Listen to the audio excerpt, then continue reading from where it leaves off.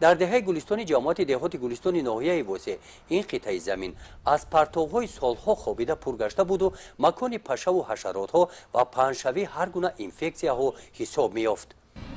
хар мурдаги саг гӯспанди мурдаги мепартонд бо ҳамиша шамолади ҳами қишлоқ ҳам залаж дар қишлоқ мерасид ҳам иҷа искои рӯи оҳана ҳам искои рӯи чи хатлон гӯ аямиҷа сор меша ҳама ҳамиҷа тамошо мекардам битун як ҷои дилгирӣ буд. ин пардохгоҳи ғайриқонунӣ дар шафати истгоҳи роҳи оҳани гулистон ва шоҳроҳи душанбе кулоб пушти деворҳои биноҳои маъмурӣ аз чашм дур монда буд. ба ақидаи солҳои 90-уми асри гузашта яке аз сабабҳои паҳн шудани инфексияи домана дар деҳаи гулистон ҳамин партовҳо буданд. сокинони деҳаи гулистон ба ин партовҳо на танҳо аҳамият намедоданд, балки сади роҳи обод намудани ин мавзеи ноободу ба саломатӣ зараровар мегаштанд. 5 сол пеш моро бовар карда доданд, неки хал намон, халқай. Аму говша камтарак медунанд. Ман иш говам кунам неки дар иҷа неку дар сари астановка неку ёки дар сари шоҳроҳ ёки и 5 сол пеш агар хал мемон. И оли овор шуда буд ки ҷои тамошогоҳ мешуд.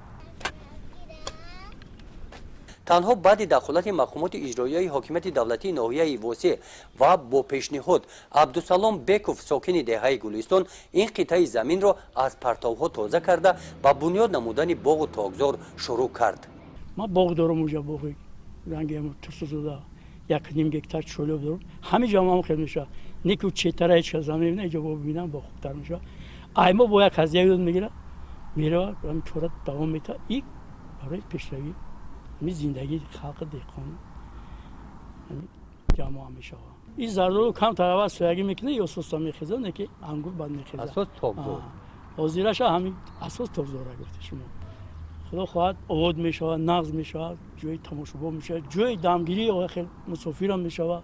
ин қитъаи замин масоҳаташ 44 сотихро ташкил медиҳад. муддати 1 моҳ боз амаки абдусалом ҳамроҳи фарзандонаш дар ин ҷо меҳнат мекунанд. то ин муддат заминро аз партовҳо тоза карданд. фасли гармо наздик мешавад.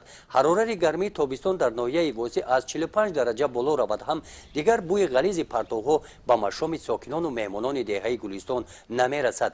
бо сабзидани ин ниҳолҳо муҳити табиати ин мавзеъ куллан тағйир меёбад. ин шабакаи обёрӣ аҳамияти стратегӣ дошт, ҳам барои обёрӣ намудани заминҳои кишт ва ҳам ҳамчун селпарто истифода карда мешуд ва солҳои 80-уми асри гузашта бо ҳамин мақсад онро сохта буданд. мутаассифона баъди солҳои 90-ум ин шабака дигар тоза карда нашуду қариб ки ба замин ҳамвор карда шуд ва қабати ғафси хок болои онро пӯшонида буду аз ин шабака ягон нишона намонда буд. амаки абдусалом муддати 1 ҳафта меҳнат карда масофаи 100 метри ин шабакаро аз хок тоза кард ва ният дорад ки боз 100 метри дигари масофаи ин шабакаро ҳамин хел тоза намояд. масофаи ин шабака 5 километрро ташкил медиҳад. хуб мебуд ки агар сокинони маҳалла бо дастгирии ҷамоати деҳоти гулистон ин шабакаро аз хок тоза мекарданд ва аз нав мавриди истифода қарор медоданд, барои обёрӣ намудани заминҳои кишт имконияти хубе дар ин ҷо муҳайё мегашт. гузориши хоҷа назриев, худои назар зуҳуров аз ноҳияи восеъ барои барномаи иттилооти Навид.